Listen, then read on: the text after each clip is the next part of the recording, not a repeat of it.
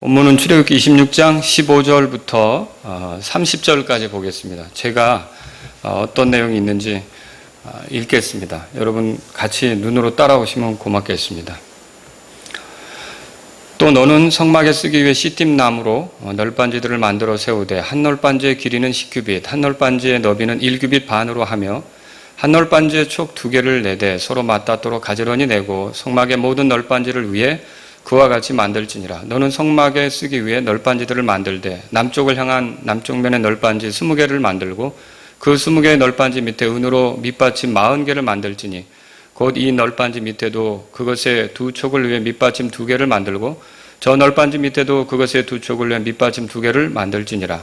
너는 성막의 둘째 면에 쓰기 위해 북쪽 면에 널빤지 20개를 만들고 은으로 그것들의 밑받침 40개를 만들지니 곧 이 널빤지 밑에도 밑받침 2개를 만들고 저 널빤지 밑에도 밑받침 2개를 만들지니라.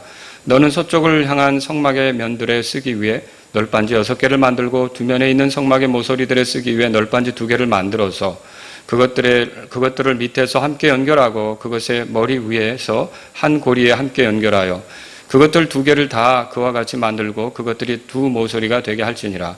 그것들은 널빤지 8개와 은으로 만든 그것들의 밑받침 16개인데 이 널빤지 밑에 밑받침 2개, 저 널빤지 밑에 밑받침 2개가 있을지니라.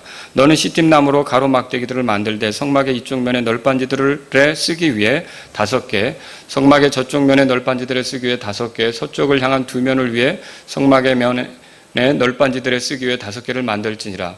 또 너는 널빤지들 한가운데 있는 중간 가로막대기가 이 끝에서 저 끝에 이르게 하고 널빤지들을 금으로 입히며 가로막대기들을 넣을 자리로 그것들의 금고리들을 만들고 그 가로막대기들을 금으로 입힐지니라. 30절 다 같이요.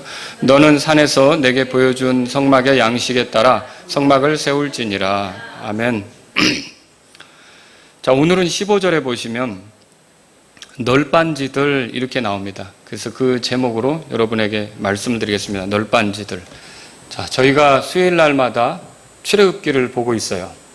근데 최근에는 주로 다루는 내용이 그 성막에 관한 겁니다. 아직 성막이 세워지진 않았어요. 성막이 세워지면 이렇게 만들어야 된다라고 주께서 모세에게 말씀하신 내용들이 지금 소개되고 있는 겁니다. 그래서 우리는 이제 그 증언궤에 대해서 봤고요. 긍휼의 자리에 대해서 봤어요. 그 다음에 성소에 있는 빵상에 대해서도 봤고 또 순금 등잔대에서도 봤어요. 그리고 또 우리가 그 성막을 덮는 덮개 있잖아요. 그 덮개 4가지에 대해서 우리가 또 살펴봤어요. 자, 이렇게 계속해서 살펴봤는데 오늘도 그 연장선상에서 이제 오늘은 널빤지에 대해서 그 널빤지들을 좀 살펴보는 시간을 갖고자 합니다. 자, 이 널빤지들을 통해서 우리가 하려고 하는 건 뭐냐면 우선 널빤지들이 어떻게 이루어지는가, 뭐 재료라든지 모양이라든지 연결하는 거라든지 이런 게 어떻게 이루어지는가 살펴보고요. 다른 성막의 그 기구들이 그리스도를 보여준다고 했습니다. 그리고 성도들을 보여주기도 한다고 그랬어요. 그리고 또 교회의 모습을 보여준다고 했기 때문에 이 널빤지들은 각각 그렇게 이제 그리스도의 모습을 어떻게 보여주고 성도들의 모습을 어떻게 보여주고 교회의 모습을 어떻게 보여주는지 이 널빤지들을 좀 살펴보는 시간을 갖고 오늘 설교를 끝내려고 합니다. 자, 그럼 먼저 널빤지에 대해서 보죠. 우선 이게 용도가 뭐냐? 이게 굉장히 중요합니다. 이게 성막의 벽에 해당합니다. 벽. 그러니까 널빤지가 없다면 덮개만 이렇게 있어가지고는 이게 집이 안 되는 거예요. 그러면 그 밑에 뭐 기구를 넣어두기도 그렇고요. 그 다음에 또 그 제사장이 그 속에서 일하는 것도 어렵습니다. 그러니까 이게 무슨 역할을 하는 거냐? 벽 역할을 해서 덮개가 주저앉지 않도록 이렇게 하는 그런 역할을 한다는 거죠.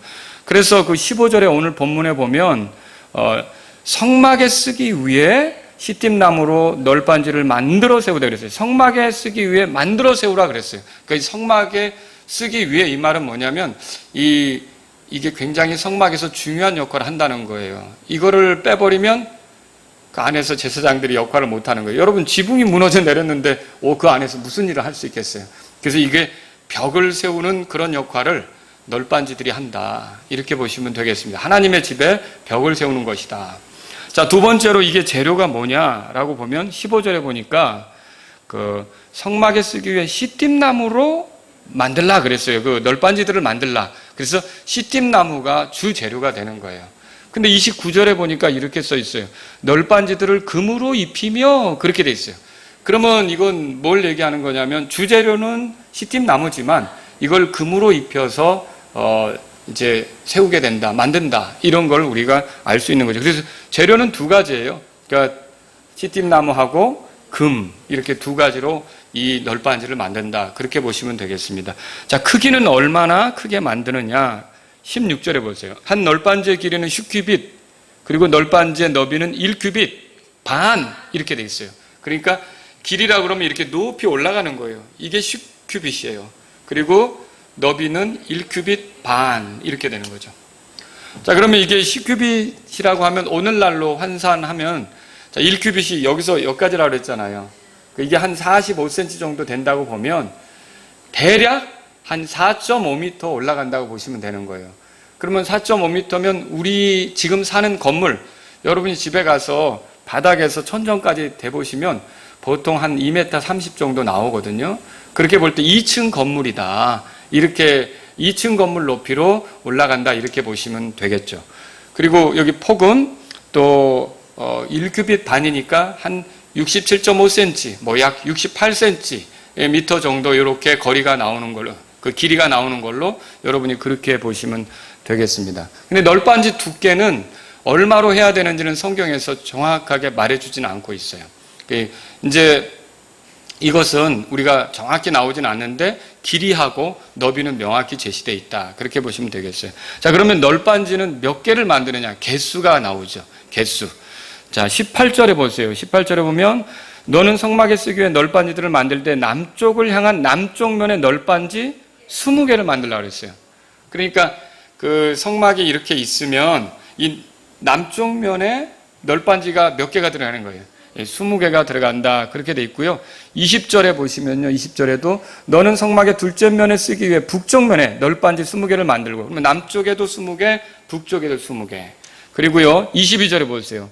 22절에 너는 서쪽을 향한 성막의 면들에 쓰기 위해 널빤지 6개를 만들고 자, 서쪽에는 6개를 만드는 거예요.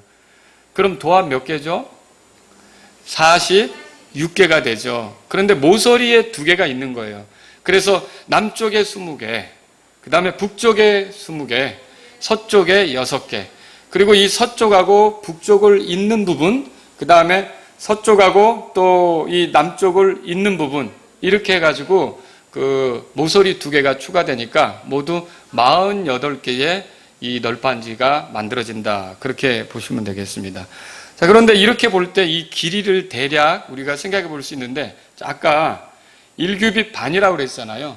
1규빗 반이 20개가 있는 거니까 30규빗이 되는 거죠. 30규빗. 그러면 한 13.5m 이상 이렇게 가는 이제 그런 것이라고 우리가 보시면 되겠죠. 그 다음에 서쪽은 어떻게 되느냐면 서쪽은 이제 6규빗이 6개가 있다 그랬죠. 6개가 1규빗 반이 되니까 9규빗이 되는군요. 9규빗. 그런데 거기 모서리까지 이렇게 계산을 해보면 대략 10규빗 나온다고 이렇게 보시면 되겠어요. 그래서 성막은 이렇게 이제 길이가 30규빗. 그 다음에 이제 이 들어가는 쪽에서 보면은 그게 10규빗. 이 정도 된다고 여러분이 보시면 되겠습니다. 자, 그 다음에 이제 여기 촉이라고 하는 게 등장합니다. 촉. 촉이 뭔가 17절에 보세요. 한 널빤지에 촉 2개를 만들 때 그렇게 돼 있죠? 예, 촉이 등장해요. 그리고 이 촉은 어떤 역할을 하는 거냐라고 할 때 19절에 그게 이제 써 있습니다. 한번 보시면 그 20개의 널빤지 밑에 은으로 밑받침 40개를 만들지니 이 널빤지 밑에도 그것의 2촉을 위해 밑받침 2개를 만들고 저 널빤지 밑에도 그것의 2촉을 위해 밑받침 2개를 만들지니라. 그럼 여기 이제 사실 촉이라고 하는 영어 단어가 뭐냐면요. 이게 이렇게 지금 그림에 보시면 오른쪽에 이렇게 홈이 있고 이렇게 끼어지게 하는 거예요. 그렇게 끼어지게 할 때 그 끼어지게 되는 그 구멍 말고요. 툭 튀어나온 부분 있잖아요. 이걸 촉이라고 하는 거예요. 촉. 그런데 널빤지를 만들 때 이제 그 널빤지 밑에 그 받침대 꽂을 때 그렇게 촉으로 되게 해서 받침대 이렇게 꽂게끔 만들라는 거죠. 그걸 지금 성경이 말하는 거예요. 그래서 제가 아까 26장 19절 여러분 읽어드렸고요. 그렇게 해서 다 그 은 밑받침에, 그러니까 밑받침에 이렇게 꽂게끔 만든다. 그렇게 보시면 되겠어요. 자, 이제 우리가 밑받침을 보죠. 뭐 밑받침이 지금 보여드리는 그림처럼 이렇게 생겼다는 게 아니고 이런 형태로 돼 있는데, 이거는 이제 아주 축소해서 만들어 놓은 거기 때문에 이런 모습이다 이렇게 이제 해 놓은 건데요. 반드시 그림처럼 생겼다는 것은 아니지만 어쨌든 은으로 돼 있는 거예요. 은으로 되어서 그 널빤지를 이렇게 집어넣을 수 있게끔, 그러니까 그 촉이 들어갈 수 있게끔 홈을 만들어 내는 것이다. 그렇게 보시면 되는 거죠. 자, 이 밑받침 재료는 뭐냐? 19절에 보니까 그 20개의 널빤지 밑에 은으로 밑받침 40개를 만들지니. 이게 재료가 뭐예요? 은이죠. 은. 은이라는 걸 알 수 있고요. 그 밑받침 개수는 얼마나 될까요? 밑받침 개수는 널빤지 하나당 밑받침이 몇 개씩 들어가는 거예요. 이 2개씩 들어간다고 성경에 써 있잖아요. 그죠? 그래서 한쪽 면에 20개의 널빤지가 있다면 밑받침은 40개가 되게 하라고 성경에 써 있단 말이에요. 그래서 그 21절에 보면 은으로 그것들의 밑받침 40개를 만들지니 그랬어요. 이 널빤지 밑에도 밑받침 2개를 만들고 저 널빤지 밑에도 밑받침 2개를 만들라, 그런 식으로 돼 있단 말이에요. 자, 그렇게 해서 사실 성막에 들어가는, 그러면 그 밑받침은 모두 몇 개가 될까? 우리 한번 좀 계산해 볼 수가 있어요. 자, 여기에 남쪽에 널빤지 20개의 밑받침이 2개씩이니까 이 남쪽의 밑받침이 모두 몇 개예요? 40개가 되죠. 자, 이 북쪽에는요, 역시 40개가 되죠. 자, 그럼 여기 6개가 있고 7개가 있고 8개, 모서리에. 예, 그러면 여기는 모두 몇 개가 돼요? 16개가 되겠죠. 그러면 40개, 40개, 16개니까 모두 몇 개가 되는 거예요? 96개가 되는 거죠. 거기다가 이 성소하고 지성소 사이에 휘장을 걸잖아요. 이 휘장을 걸 때 사용하는 그 기둥이 있거든요. 그 기둥이 이제 4개가 되는데 그 기둥의 밑받침을 은으로 만드는 거예요. 그러면 총 성소 안에, 이게 성막 안에 몇 개 밑받침 되느냐? 이 96개하고 그 휘장용 4개랑 합치면 모두 몇 개가 되는 거예요? 100개가 되는 것을 알 수 있는 거죠. 밑받침이 100개가 들어간다. 그렇게 보시면 되겠어요. 자, 그 다음에 이제 가로막대기를 좀 보죠. 가로막대기는 뭐냐? 26절에 보면 가로막대기의 재료가 나와요. 너는 시팀나무로 가로막대기를 만들되 그랬죠. 자, 이것도 널빤지하고 같아요. 그러니까 재료는 뭘로 쓰는 거예요? 주재료는 시팀나무죠. 시팀나무인데 이것은 이제 29절에 보면 이렇게 돼 있죠. 널빤지들을 금으로 입히며 가로막대기들을 넣을 자리로 그것들의 금고리를 만들고. 자, 그 가로막대기들을 또 뭐라고 돼 있어요? 금으로 입힐지니라 그랬어요. 그러니까 널빤지를 만들 때처럼 이 가로막대기들도, 가로막대기는 이렇게 길게 옆으로 가는 게 지금 가로막대기예요. 보시면 그 가로막대기들을 시팀나무로 만들어서 금으로 이렇게 입힌다. 그렇게 보시면 되겠습니다. 자, 그러면 이제 가로막대기는 몇 개를 만드느냐? 자, 이게 들어가는 쪽엔 막대기를 만들면 못 들어가겠죠. 막아버리니까. 들어가는 쪽은 동쪽이란 말이에요. 동쪽에는 만들지 않고 남쪽하고 북쪽하고 서쪽은 이 널빤지들을 세우지 않습니까? 이 널빤지들을 세우면 그거를 이어서 이게 떨어지지 않게 잘 붙게 이렇게 금고리를 만들어가지고 끼는 거예요. 껴가지고 하는데 북쪽에도 5개, 남쪽에도 5개, 서쪽에도 그러니까 이제 5개. 이렇게 해서 모두 15개가 들어간다. 26절부터 제가 읽어볼게요. 너는 시팀나무로 가로막대기를 만들되 성막의 이쪽 면의 널빤지들에 쓰기 위해 5개, 성막의 저쪽 면의 널빤지들에 쓰기 위해 5개, 서쪽을 향한 2면을 위해 성막의 면에 널빤지들에 쓰기 위해 5개를 만들지니라. 모두 몇 개예요? 15개를 만든다. 그렇게 보시면 되겠죠. 근데 여기서 이제 특이한 거는 가로막대기 중 이 가로막대기를 이렇게 5개를 꽂는데 중간에 꽂는 게 있어요. 중간에 꽂는 거. 자, 그게 28절에 이렇게 써 있어요. 또 너는 널빤지들 한가운데 있는 중간 가로막대기가 이 끝에서 저 끝에 이르게 하고, 그래서 가로막대기를 꽂는데 금고리에 꽂는 게 아니라 중간에다가 껴버리는 게 있다는 거예요. 그러니까 이게 널빤지 중간에 쫙 끼워서 이거를 끼면 어떻게 되겠어요? 거기에 들어간 거는 서로 움직이지는 않겠죠. 고정시키는 역할을 이렇게 한다고 보시면 되겠죠.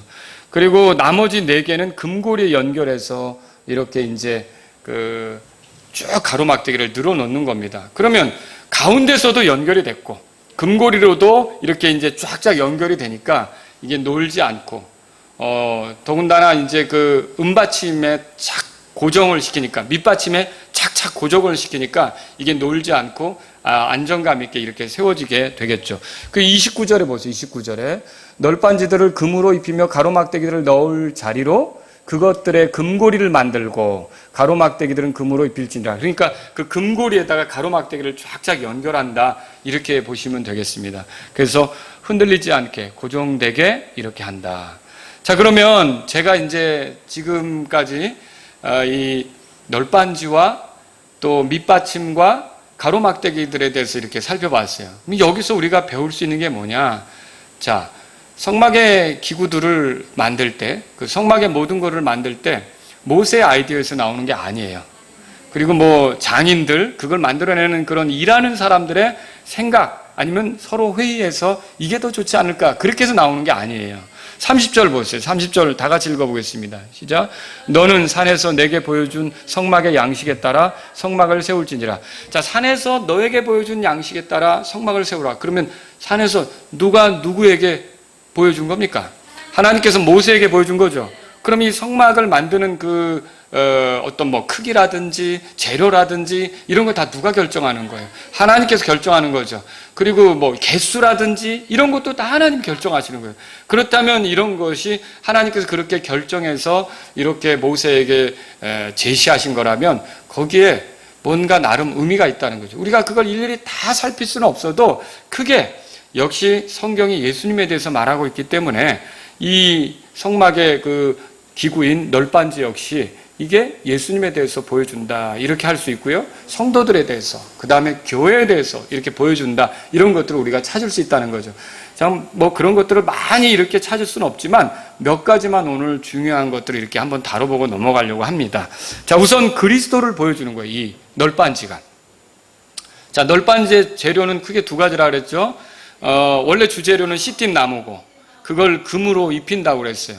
이게 2가지로 이 널빤지를 만들듯이 우리 주 예수 그리스도께서는 이 땅에 오셔서 사역을 하실 때 그러니까 인성, 그 다음에 신성 이 2가지를 다 갖추신 그런 분이시라는 거죠. 그리스도로서 2가지를 다 갖추셨어요. 육체를 입으신 예수님은요, 인간인 채 하신 겁니까? 완전한 인간이 되신 겁니까? 완전한 인간이 되신 거죠. 그래서 하나님이시면서 완전한 하나님이시면서 완전한 인간이신 거죠. 근데 여러분 예수님이 하나님으로서도 거룩하시지만 사람으로서도 흠이 없고 거룩하다는 걸 알 필요가 있어요. 그래서 예수님께서 우리를 위한 헌물이 되시려고 자신을 이렇게 정말 거룩하게 죄 없이 이렇게 가져가셨던 걸 우리가 볼 수 있는 거죠. 그래서 예를 들자면 여러분 누가복음 1장 35절에는 거룩한 것, 예수님을 가리켜서 그렇게 표현했어요. 그래서 이 거룩한 것이 뭐냐면 거룩한 존재라는 뜻이에요. 거룩한 존재. 그 다음에 이제 베드로전서 2장 22절에는 예수님을 표현할 때 죄를 짓지 아니하시고. 여러분은 죄를 져요? 저는 죄를 짓습니다. 안 지으려고 하는데 그게 약하더라고요. 그런 게 있어요. 근데 예수님은 죄를 져요, 안 져요? 안 짓는다는 거죠. 이게 그분이 우리의 구원자로서 충분한 자격이 된다는 걸 보여주고 있는 거죠. 또 여러분 고린도후서 5장 21절에 보면 죄를 알지도 못한 분이라고 그렇게 예수님에 대해서 말하고 있어요. 그 다음에 또 요한일서 3장 5절에 보면 그분 안에는 죄가 없느니라 이렇게 말하고 있어요. 그러니까 예수님은 죄가 없으신 분이시죠. 이렇게 순결하시기 때문에 하나님의 어린 양으로서 우리 죄 때문에 대신 희생당하시기에 충분한 자격을 갖춘 그리스도라 이렇게 말할 수 있는 거예요. 우리와 동일한 사람이었지만 예수님에게는 죄가 없었던 거예요. 자, 그래서 예수님의 죽음은 죄 때문에 죽은 게 아니에요. 그분 자신의 죄 때문에. 그러니까 그분이 인간으로서 약하기 때문에 죽은 게 아니란 말이에요. 그러니까 하나님의 뜻이 만일 그분에게 우리의 죄를 넘기는 게 아니고 또 우리의 죄를 처리하는 게, 그분을 통해서 우리의 죄를 처리하는 게 아니라고 했다면, 만약에 그분이 육체가 되신 상태에서 그런 게 하나님의 뜻이 아니었다고 한다면 예수님은 지금까지도 살아계실 수 있었겠죠. 왜 그래요? 예수님은 사망의 지배를 받을 필요가 없는 거룩한 분이시기 때문에 그렇다는 거예요. 근데 그분은 죽으셨어요. 왜 죽으신 겁니까? 왜 흠이 없는데 왜 이 완벽한 사람이 우리를 대신해서 죽으신 겁니까? 죄 많은 사람들, 우리들을 대신해서 희생을 맛보시면서 우리의 의가 되시고 우리의 죄들을 용서받게 하시려고 예수님께서 대신 죽으신 거죠. 그래서 이런 우리 예수님, 이렇게 완전하신 예수님, 이 예수님을 볼 수가 있는 거죠. 널빤지의 크기가 어떻게 된다고 그랬죠? 길이가 10큐빗이라고 그랬죠? 너비는 어떻게 됐어요? 1큐빗 반이라고 그랬죠? 여러분, 그 1큐빗 반 하면 생각나는 사이즈가 있어요. 증언계. 그 증언계 폭이 1큐빗 반이에요. 그 다음에 증언계 위에 올라가는 극률의 자리도 1큐빗 반이에요. 그 1큐빗 반이라고 하는 이것은 어떻게 보면 하나님의 증언과 관계가 있어요. 사실 증언계 안에 뭘 넣어놓죠? 그 몇 가지 넣어놓잖아요. 아론의 쌍난 지팡이도 있고 만난 항아리도 넣어놓게 되겠지만 제일 중요한 게 증언계라고 불리는 거는 거기에 뭘 넣어두는 거예요? 하나님의 증언의 말씀, 율법을 넣어두는 거란 말이죠. 십계명, 그죠? 십계명. 그런데 여러분 이게 그 올라가는데 널빤지 길이가 어떻게 된다 했어요? 10큐빗이라고 그랬죠? 바로 이 10이라는 숫자에서 우리가 발견할 수 있는 거예요. 저번에도 우리가 덮개를 설명하면서 말씀드렸지만 하나님께서 사람들에게 부과하신 의무, 이런 것들을 열이라는 숫자 안에서 발견하는 거예요. 우리가 모든 율법을 이렇게 10가지로 압축한 걸 뭐라 그럽니까? 십계명이라 그러죠. 이렇게 모든 걸 압축해서 이 10가지 안에서 우리가 하나님도 공경하고 사람도 사랑하는 것을 우리가 이제 해야 한다는 걸 의무로 이렇게 하나님으로부터 받는 거란 말이에요. 근데 이게 10큐빗이 올라갔는데 이 열이라는 숫자 안에서 바로 하나님께서는 이제 예수님을 이 땅에 보내셨는데 이 예수님은 어떤 분이시냐면 이렇게 하나님의 증언, 그러니까 율법, 십계명, 이 10가지 명령 이런 것들을 완전히 지킴으로써 우리의 의가 되시는, 그래서 우리가 못 지키는 거, 우리는 율법을 잘 못 지키잖아요. 그죠? 우리는 율법 때문에 정죄받을 수밖에 없는 거예요. 율법을 잘 지켜보려고 하면 할수록 우리가 죄인이라는 게 드러날 수밖에 없는 거죠. 그런데 그런 우리를 위하여 예수님은 어떻게 하신 거예요? 그 율법 10가지 명령을 완전히 다 잘 지키신 거고요. 그래서 우리의 의가 되신 거죠. 우리가 그분을 의지할 수 있게 만들어주신 것이다. 그렇게 볼 수 있는 거죠. 자, 여러분, 만일 널빤지가 없다면 성막의 기구들을 둘 수가 있겠습니까? 그리고 제사장은 거기에 들어가서 막 섬길 수 있겠습니까? 못하죠. 그럼 어떻게 하겠습니까? 그거 무너져 내린 집 같은데 거기서 어떻게 무슨 행동을 할 수 있겠습니까? 그런 것처럼 이게 널빤지가 없으면 그 안에서 제사장의 섬김이 불가능한 거예요. 근데 제가 지금 널빤지가 그리스도를 보여준다 그랬잖아요. 이게 뭐예요? 그리스도 안에서만 섬김이 가능하다는 거예요. 그리스도 안에서만 제사장 역할을 할 수가 있다는 거예요. 내가 그리스도 안에 들어왔을 때만, 그리스도와 하나가 되었을 때만 하나님을 섬기는 일이 가능하다는 걸 보여주는 거예요. 그러니까 그리스도 밖에 있으면, 그리스도와 상관이 없으면 내가 교회를 오래 다녀도 그리스도와 나와 큰 관계가 없고 그저 내 신앙이라고 하는 것이 내 열심과 내 종교적인 이런 행동들, 이런 것이 내 신앙의 이제 어떤 자랑거리가 된다면 그 사람은 제사장으로서 섬길 수 있는 겁니까? 하나님을 섬길 수 있는 겁니까? 섬길 수 없는 거죠. 그래서 우리가 제사장으로서 하나님을 섬기는 것은 어디까지나 우리의 의가 되시는 그리스도 안에서만 이 제사장으로서의 섬김이 가능하다는 걸 보여주고 있는 거죠. 아시겠죠? 그걸. 그래서 널빤지가 또 이제 금으로 되어 있는데, 그러니까 이제 이 금으로 되어 있으면 생각해 보세요. 제사장이 성소로 들어갔어요. 성소로 들어가면 이제 저 앞에 지성소가 있고요. 오른쪽에는 빵상이 있잖아요. 그리고 왼쪽에는 순금 등잔대가 있다고 그랬잖아요. 그 순금 등잔대는 7개의 등잔대가 있어서 불을 밝힐 거 아닙니까? 근데 널빤지의 벽은 뭐로 되어 있다고 그랬어요? 기띔나무인데 나무 자체예요? 금으로 덮여 있어요. 금으로 덮여 있죠. 그러면 이 불빛을 받으면서 이 공간 안에서 그 금들 안에서 빛이 쫙 이렇게 여기저기서 반사되면서 휘장에 또 그 그룹들의 모습이 있고 위로 올려다보면 또 그 그룹의 모습 있고 할 때 그 안의 모습이 얼마나 영광스럽고 황홀할까요? 여러분, 우리가 그리스도 안에서 살아간다는 게 이런 거라는 거죠. 저와 여러분들은 세상 사람들이 알지 못하는 소망이 있지 않습니까? 세상 사람들이 알지 못하는 영광스럽게 되는 부활의 날이 있지 않습니까? 세상 사람들이 알지 못하는 우리는 주님이 함께 하시는 그 기쁨과 우리에게는 즐거움이 있다는 거 여러분 믿으십니까? 그 세상 사람들이 모르는 그리스도 안에서 누리는 그런 영광이 우리에게 있다는 거죠. 여러분, 그래서 우리는 영광스러운 성도예요. 영광의 길을 걷는 거죠. 그래서 저와 여러분들은 그리스도 안에서라면 정말 하나님의 임재, 하나님의 아름다움, 이런 것들을 우리가 말씀을 통해서도 깨닫고 그분의 인도하심을 통해서도 깨닫고 이렇게 나갈 수 있다는 걸 믿으시기 바랍니다. 그래서 이렇게 널빤지는 뭘 보여준다고요? 첫 번째로 그리스도를 보여준다. 그리스도를 보여준다.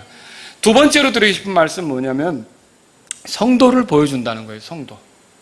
자, 이게 시팀나무인데 금으로 입혀졌다고 돼 있죠. 이게 시팀나무가 금으로 입혀진 것처럼 성도도 어떠냐?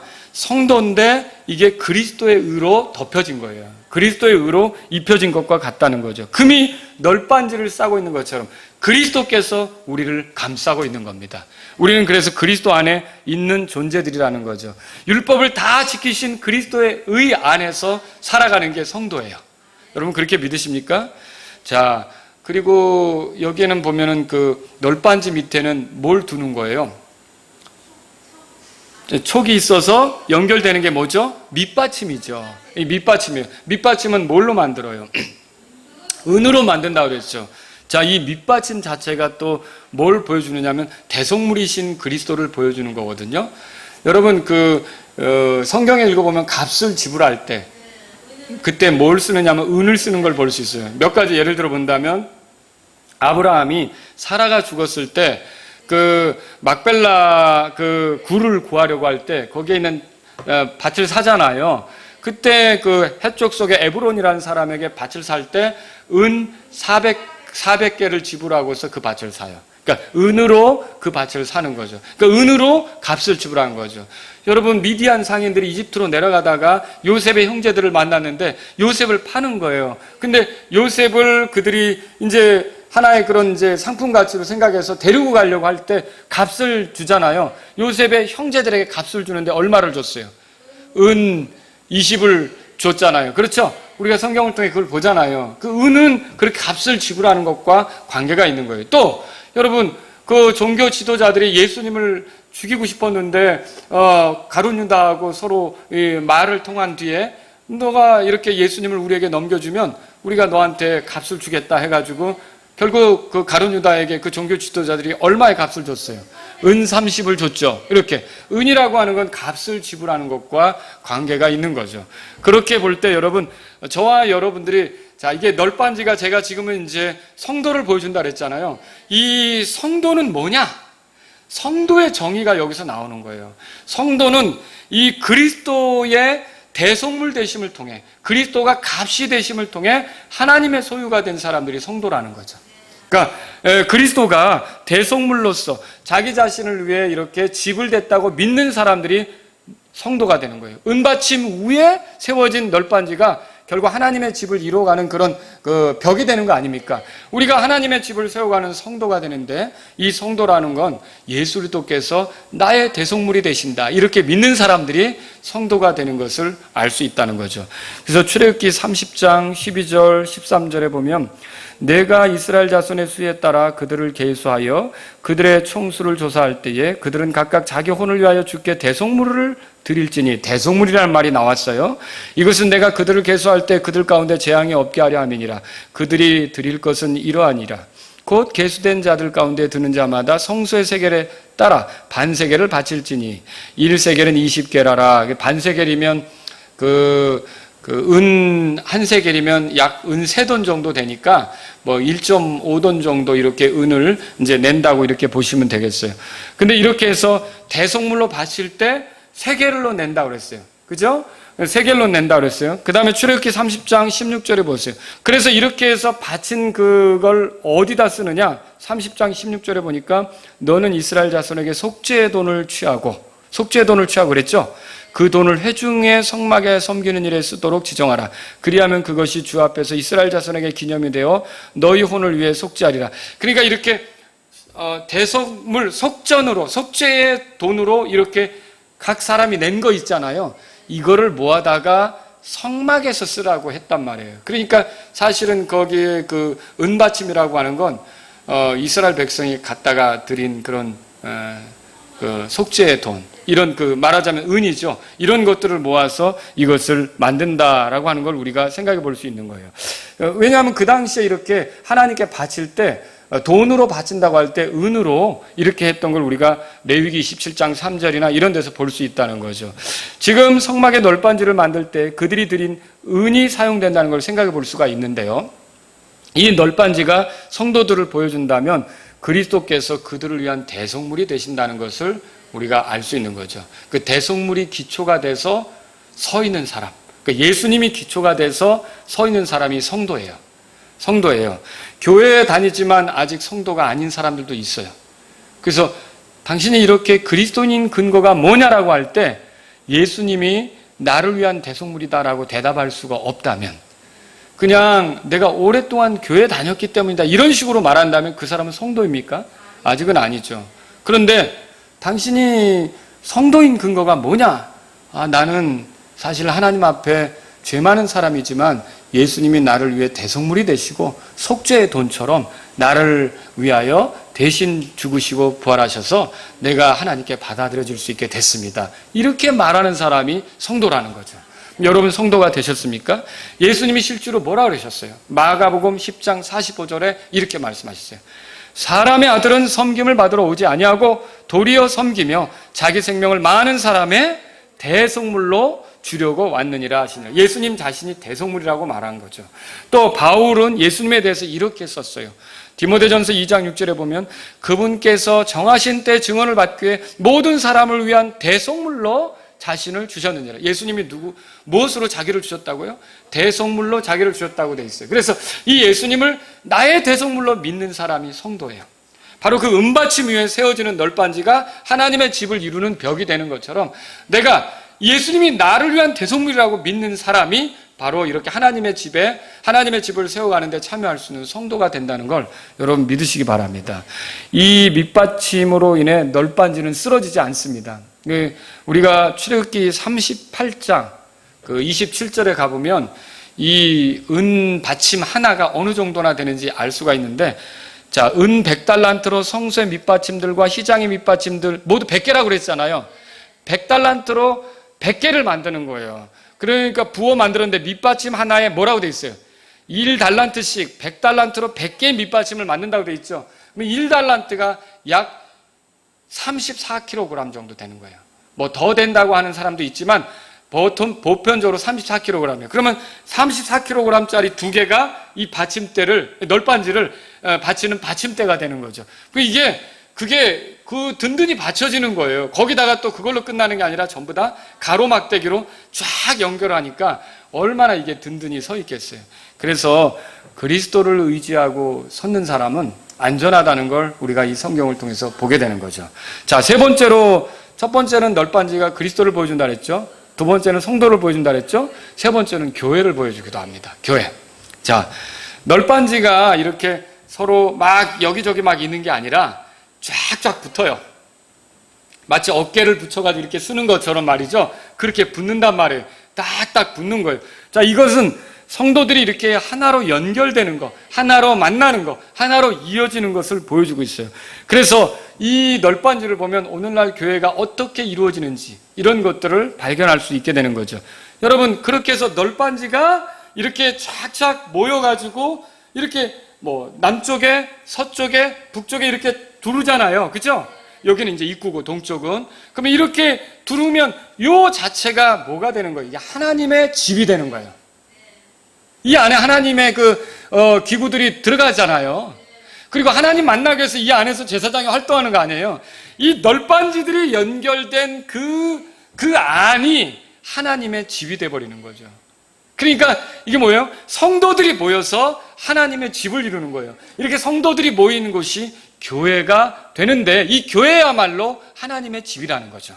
이걸 우리가 발견할 수 있어요. 그래서 교회는 하나님의 집이고 성령님의 전입니다. 사도 바울은 디모데에게 편지를 쓰면서 이렇게 썼죠.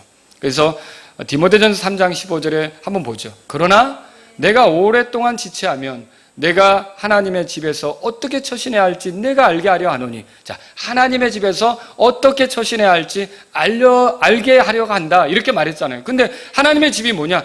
자, 이어서 이 집은 살아계신 하나님의 교회요.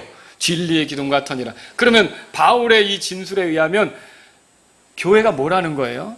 하나님의 집이라는 거죠. 저 구약에는 이렇게 성막 안에 널빤지들이 쫙 연결된 것 그 안에 하나님의 집으로서 제사장들이 하나님을 만날 때 그 안으로 들어가고 거기에 하나님의 임재가 있었다면 오늘날의 하나님은 집은 뭐예요? 성도들이 쫙 이렇게 모여서 교회를 이룬 곳이 하나님의 집이며 거기에 하나님의 임재가 있고 하나님을 만나는 건 그 교회 안에서 또 경배를 통해 하나님을 만나고 이런 일들이 일어난다는 거죠. 여러분 이걸 우리가 발견할 수 있는 거예요. 그래서 성도가 아닌 사람끼리 아무리 많이 모여 있어도 그건 하나님의 집이라고 할 수 없어요. 거기 십자가를 걸어도 소용없어요. 정말로 이 하나님의 집은 구원받은 사람들이 모여가지고 예수님이 대속물이 된 사람들이 모여가지고 예수 그리스도의 의를 힘입은 사람들이 모여가지고 이렇게 모이는 게 하나님의 집이 되는 거죠. 그래서 우리는 하나님의 집에 들어올 때, 교회 안에 들어올 때 어때요? 자, 예수님이 나에게 특별한 분이신가? 나의 구원자이신가? 나의 주님이신가? 그분이 값을 지불했기 때문에 내가 하나님 앞에 서서 섬길 수 있게 된 건가? 이걸 믿는 사람들이 그러니까 이렇게 그 하나님의 집을 이루는 교회를 이루는 성도로서 들어올 수 있다는 거죠. 그래서 저희는 어떻게 하는 거예요? 그래서 교회에 오기를 원하는 사람은 구원 간증을 하게 하고요. 공개적으로 침례 순종하게 하고요. 이런 일들을 한다는 것이죠. 그죠? 자, 그리고요. 고린도전서 3장 16절에도 보세요. 자, 너희가 하나님의 성전인 것과 하나님의 영께서 너희 안에 거하시는 것을 너희가 알지 못하느냐 그랬어요. 여기 너희는 고린도 교회를 얘기해요. 근데 너희가 하나님의 성전이라고 말했어요. 하나님의 영께서 너희 안에 거하신다고 그랬어요. 건물이 성전이 아니라 이렇게 성도들의 한 지역에서 모이는 성도들의 모임. 이 마라나타 침례교회가 하나님의 성전이 되는 거예요. 지금 이 예배당을 얘기하는 게 아니고 우리 구원받은 사람들이 이렇게 하나로 모인 것, 이런 것들이 바로 성전이 된다는 것이죠. 여러분 이렇게 할 때 널빤지가 삐쭉 빼쭉 삐쭉 빼쭉 이렇게 하면 그 천막 칠 때 좋겠습니까? 안 그렇죠. 이게 여기도 제가 아까 이 널빤지가 10규빗이 올라가고 또 1규빗 반이라고 폭이 그랬는데 이게 증언과 관계가 있다고 그랬잖아요. 그럼 뭐냐면 증언이라는 건 하나님 말씀 아닙니까? 하나님 명령 아닙니까? 하나님이 가르치시는 거잖아요, 우리에게. 그런 것처럼요. 하나님이 우리에게 가르치시는 것에 대해서 일치되게 동일하게 이렇게 믿을 때 동일한 교리로 이렇게 나아갈 때 그 교회가 어떻게 되느냐? 튼튼한 교회가 되는 거예요. 안정감 있는 교회가 되는 거예요. 무슨 말인지 알겠죠? 그래서 사이즈가 어떻게 되는 거예요? 다 널빤지 사이즈가 같은 거죠. 그런 것처럼 동일한 신앙 고백을 하는 사람들이 모였을 때 그 교회가 안정감 있게 튼튼하게 세워진다는 걸 우리가 이 성막을 통해 배울 수 있는 거죠. 이게 그렇게 중요한 거예요. 그렇게. 자, 그래서 교회는 오늘날 예수 그리스도의 의를 힘입은 사람들의 모임이에요. 곧 예수 그리스도를 의지해서 하나님 앞에 떳떳하게 설 수 있는 사람들이 결국 교회를 이루는 사람들이 되는 거죠. 그리고 교회는 예수 그리스도 안에 있는 사람들이에요. 그래서 곧 그분의 안에서, 그러니까 널빤지가 시팀나무지만 금으로 덮여 있는 것처럼 그렇게 그분 안에서 정죄함이 없는 사람들이 모인 곳이 바로 교회라는 거죠. 그래서 심판의 위험이 사라졌고 지옥에 들어갈 그런 걱정이 없고 내가 오늘 죽어도 하늘나라에 갈 수 있는 확신이 생긴 사람들이 모인 곳이 그 사람들이 성도고 그 사람들이 모인 것이 어떻게 되는 거예요? 교회예요. 숫자가 아무리 많아도 소용없어요. 만약에 이제 그 사람들이 전부 다 구원의 확신도 없고 죽으면 지옥에 갈지도 모른다는 두려움에 사로잡혀 있다면 그런 사람들이 많이 모여도 그거는 교회라고 할 수 없는 거라는 거죠. 정말 교회는 그리스도의 의를 힘입어서 그분 안에 있어서 정죄함이 없다는 걸 발견하고 기뻐하는 사람들이라는 거죠. 교회는 예수 그리스도를 대속물로 의지한 사람들이에요. 곧 그분을 통해 하나님의 소유가 됐다고 확신하는 사람들이 교회를 이루는 거죠. 여러분 그렇게 생각하십니까? 어느 널빤지든지 제멋대로 서 있지 않아요. 가로막대기들에 의해서 연결이 돼요. 5개씩 연결이 되는데 자 26절, 29절, 26절부터 아까 읽었어요. 5개씩 그렇게 된다. 자 그래서 제가 28절부터 좀 볼게요. 또 너는 널빤지들 한가운데 있는 중간 가로막대기가 이 끝에서 저 끝에 이르게 하고 널빤지들을 금으로 입히며 가로막대기들을 넣을 자리로 그것들의 금고리들을 만들고 그 가로막대기들을 금으로 입힐지니라.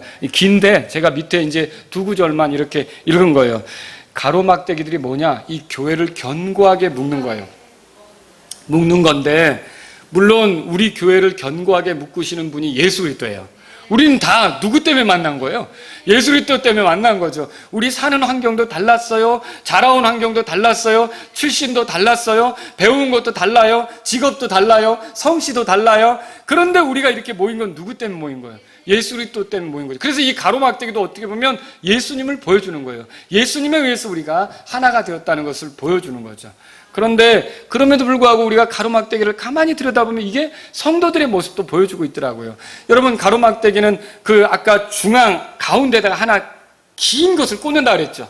그죠? 그리고 거기다 이렇게 쭉 연결하잖아요. 그리고 겉에는 어떻게 해요? 금고리를 만들어 가지고 거기에다가 금고리에다가 또 긴 막대기를 꽂는다 그랬잖아요.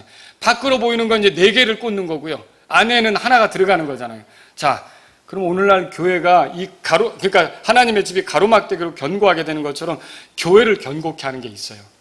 뭘까요? 사도행전 2장 뭐였어요? 사도행전 2장 40절에 보면 이렇게 써 있어요. 이게 초대교회의 모습이에요. 아주 견고하게 돼가는 초대교회의 모습이에요. 그들이 흔들리지 아니하며 사도들의 교리와 교제 안에 머물고 빵을 떼며 기도하더라 그랬어요. 그들이 흔들리지 아니하며 사도들의 교리와 교제 안에 머문다고 돼 있죠. 이 머무는 건 모든 거에 다 적용이 되는데, 이 머문다는 그 영어 단어가 의미하는 게 뭐냐면 계속한다는 거예요. 중단하지 않고 계속한다는 거예요. 그러니까 여기 흔들리지 않게 계속한다는 거예요. 그러니까 뭐 식어지지 않고 일관되게 계속 이런 거를 할 때 교회가 강해진다는 거죠. 그럼 그 4가지가 뭐냐? 첫 번째가 사도들의 교리예요. 사도들의 교리는 사도들의 가르침을 말하는 거예요. 이 사도들이 가르친 것과 동일하게 믿을 때 어떻게 되는 거예요? 교회는 하나를 이룰 수가 있습니다. 그래서 교리적인 일치가 교회를 건강하게 한다는 것을 우리는 여기서 발견할 수 있는 거죠. 또 교제 안에서 머문다 그랬어요. 교제는 뭐예요? 자꾸 어울리는 거죠. 우리는 어떻게 어울려요? 경배를 통해 어울리는 거예요. 이 교제 안에는 경배가 포함이 됩니다. 하나님과의 교제가 경배고요.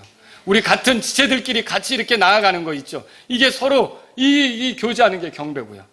그래서 이 경배가 이렇게 드려질 때 같이 자꾸 함께 할수록 그 사람들이 더 강해지는 거예요. 여러분, 그거 발견하십니까? 교회 생활하면서 한 달에 한 번 교회 오는 게 아니라 정말 경배 때마다 같이 하는 사람들이 서로 더 끈끈하게 이렇게 강화되는 거, 그렇게 든든하게 이렇게 연결되는 거 보십니까? 바로 그런 거라는 거죠. 그리고 이 교제 안에 머문다라는 말은 또 뭡니까? 말씀을 같이 듣고 배우는 거예요. 교육의 자리에 같이 하는 거죠. 성경 공부를 할 때 같이 하는 거죠. 또 이 교제라고 하는 게 뭡니까? 친교를 통해 어우러지는 거예요. 꼭 성경 공부는 아니더라도 만나서 대화를 주고받으면서 어려운 얘기를 듣고 격려하고 이렇게 하는 게 교제란 말이죠. 이런 교제를 통해서 어떻게 되는 거예요? 교회가, 그러니까 이 초대교회가 그랬던 것처럼 오늘날의 교회도 강해질 수 있다는 것을 보여주고 있는 거죠. 그래서 마지막 때가 다가올수록, 그날이 다가옴을 볼수록 성경에 뭐라 그랬어요? 모이기를 힘써야 된다고 그랬잖아요. 이게 굉장히 중요한 거죠. 교제를 위해서.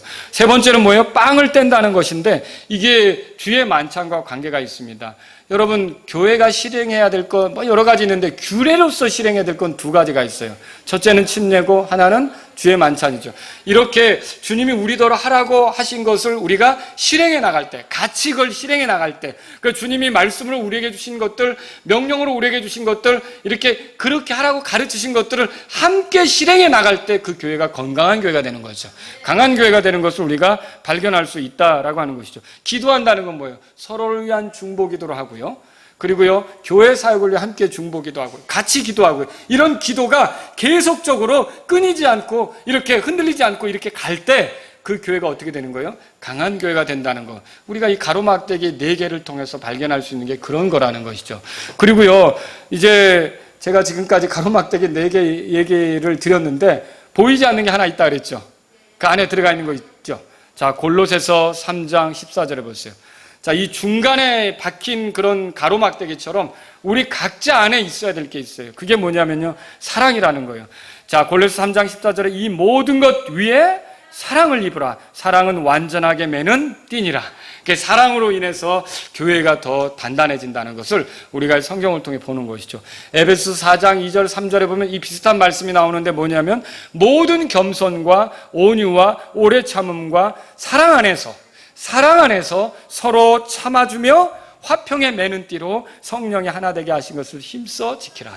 성령의 열매가 뭐예요? 그러니까 사랑이에요. 사랑. 성령 충만하면 사랑하게 돼 있는 거죠. 그러면 오래 참음도 나오는 거고 온유도 나오는 거고 겸손도 나오는 거고요. 그래서 이렇게 사랑 안에서, 그러니까 그 화평의 띠로 우리가 하나가 될 때 교회가 건강하게 단단하게 든든하게 세워져 갈 수 있다는 것을 발견한다는 거죠. 자, 그리스도는 하나님의 뜻을 이루기 위해서 우리의 죄 때문에 죽으셨어요. 그래서 널빤지처럼 우리의 의가 되신 거예요. 우리가 하나님 앞에 담대히 나아갈 수 있게 만들어 주신 거죠. 또 널빤지처럼 우리를 품으신 거예요. 보세요. 시띠 나무가 있지만 어때요? 이렇게 금으로 입혔다고 그랬잖아요. 바로 우리는 그런 인간으로서의 모습이 있는데 주님께서 우리를 이렇게 말하자면 은혜로 품으신 거죠. 이렇게 해서. 그래서 우리가 그분 안에 정죄함이 없게 하신 거죠. 또 밑받침처럼 우리를 위한 대속물이 되셔서 우리가 그분을 의지해서 하나님 앞에 설 수 있게 하신 분이 바로 그리스도예요. 또 가로막대처럼 어떻게 해요? 우리가 다 각기 다양했지만 이제 하나를 이룰 수 있도록 만들어주신 분이 그 그리스도라고 하는 거죠. 자, 이제 이 그리스도를 존중할 때 우리는 어떤 일을 하게 될까요? 그리스도께서 십자가에서 하신 일, 우리의 죄 때문에 죽으신 일, 그리고 부활하신 일, 우리를 위해 이 땅에 찾아오신 일, 죄 없이 거룩하게 살아가신 일, 그게 다 나를 위한 것이라는 것을 인정하고 예수 그리스도를 나의 주, 나의 구원자, 나를 위한 하나님의 대속물, 이렇게 믿으면서 갈 수밖에 없다는 거죠. 저는 두 가지로 말씀을 드리고 싶은데, 만일 여러분이 성도가 아니라면, 아직 구원받지 못했다면 이 시간 그리스도를 의지하라고 말씀을 드리고 싶은 거예요. 그분이 내 죄 때문에 죽어서 나의 대속물이 되시며 내가 그분 안에서 하나님께 나아가고 섬기는 것이 가능하다, 이걸 믿고요. 이제 내가 지킬 수 없었던 율법을 예수님이 다 지키시면서 율법의 요구에 따라 나를 위해 희생물이 되셔서 율법에 따라 죄를 깨끗게 하려고, 죄의 사면을 가져다 주려고 피를 흘려서 나를 이렇게 죄 용서받게 하셨다, 이렇게 믿으시고 예수님을 나의 주, 나의 구원자로 받아들이시도록 여러분에게 말씀드리는 거예요. 그러면 여러분도요, 하나님의 집을 세워가는 성도로서 시작할 수가 있는 거예요. 그래서 여러분이 아직 성도가 아니라면 이 시간 예수님을 구원자와 주님으로 받아들이라고 말씀을 드립니다. 그리고 만일 여러분이 성도라면 이 시간에 하나님의 뜻인 교회 이루는 거, 여러분 그냥 널빤지 하나로 이렇게 굴러다니는 게 아니라 이 널빤지들은 모여야 되는 거예요. 하나님의 집을 이루기 위해서. 그렇잖아요. 그런 것처럼 우리가 성도라면 나 혼자 신앙생활하는 게 아니라 이렇게 다른 지체들과 같이 연결이 돼서 교회를 이루면서 가야 된다는 것을 기억하시기 바랍니다. 그래서 사도들의 기초 위에 동일한 교리로 무장하고 함께하는 시간들을 자주 갖고 살아가려고 하는 게 우리의 태도가 돼야 되는 거죠. 경배와 말씀 공부, 전도와 나눔, 교제, 이런 것을 함께 하면서 가려고 하는 게 우리 성도들이 돼야 된다는 거죠. 동일한 방식의 실행을 통해서 우리가 주님이 지키라고 한 것을 같이 지키려고 하는 그런 태도가 우리에게 필요하다는 거죠. 또 서로를 위한 중보기도 굉장히 중요합니다. 교회를 위해 기도하는 거 굉장히 중요한 겁니다. 교회가 유능한 사람이 있어도, 교회가 물질이 재력이 헌금이 많이 들어와서 재물이 넉넉하다 할지라도 기도하지 않으면 소용이 없는 거예요. 그 교회는 영적인 힘을 발휘할 수 없기 때문에 교회는 이렇게 계속 기도하는 모임이어야 된다는 것을 깨달으시기 바랍니다. 그래서 오늘 무엇보다도 하나님께서 우리를 사랑하실 때 그 사랑으로 이제 서로 하나가 되어서 교회를 세우는데 뜨겁게 열심을 낼 수 있는 저와 여러분들이 될 수 있기를 바랍니다. 우리가 구원받았다면 우리가 하나님의 집을 이룰 수 있어요. 하나님의 임재를 경험할 수 있고요. 또 하나님과 우리가 만나는 일을 경험할 수 있고요. 또 하나님의 영광을 경험할 수 있고요. 이게 우리가 교회 생활을 통해서 할 수 있는 것들이라는 것을 말씀을 통해서 여러분들이 깨달으실 수 있기를 주의 이름으로 바랍니다. 기도하겠습니다. 오늘 이 말씀을 들으신 여러분 가운데 구원받지 못했다면, 하나님, 제가 저를 품으시는 예수님, 저의 의가 되시는 예수님, 저의 죄 때문에 죽으시고 부활하셔서 저의 대속물이 되시는 예수님을 받아들이겠습니다, 이렇게 하시면 주님께서 여러분의 구원의 문제를 책임지실 겁니다. 그리고 만일 여러분이 이미 구원받으신 분이라면, 주님, 제가 널빤지 같은 성도로서 다른 이들과 잘 결합할 수 있도록, 그리스도를 통해서 잘 결합할 수 있도록, 그리고 초대교회가 보여준 좋은 모습을 통해서 잘 결합할 수 있도록 주님 저를 인도해 주십시오. 하나님의 집으로서 하나님의 영광을 드러내고 또 하나님의 어떠하심을 경험하는 그런 성도로 살고 싶습니다. 그런 분이 있다면 이 시간 기도하십시오. 우리가 널빤지 안에서 제사장들이 섬기는 것처럼 주님, 제가 그리스도 안에서 이제 제사장으로서 신실하게 주님 섬기기를 원합니다. 이런 분이 있다면 이 시간 주님께 기도하시기 바랍니다. 말씀을 생각하면서 여러분이 무엇이 마음에 도전이 됐든지 그것을 놓고 하나님께 기도하시면 고맙겠습니다.